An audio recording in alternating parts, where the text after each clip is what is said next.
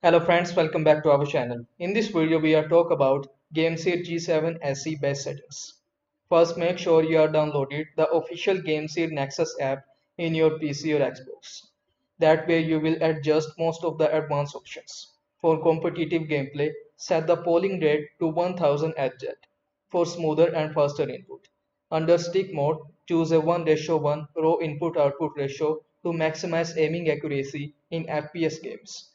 For dead zones, set both the left and right sticks to around 3, balancing responses and minimizing drift. In-game dead zones can vary but should generally be between 1 to 6 based on your preference. Enable hair trigger mode through the Nexus app for quicker trigger response, great for shooters like Call of Duty or Apex Legends.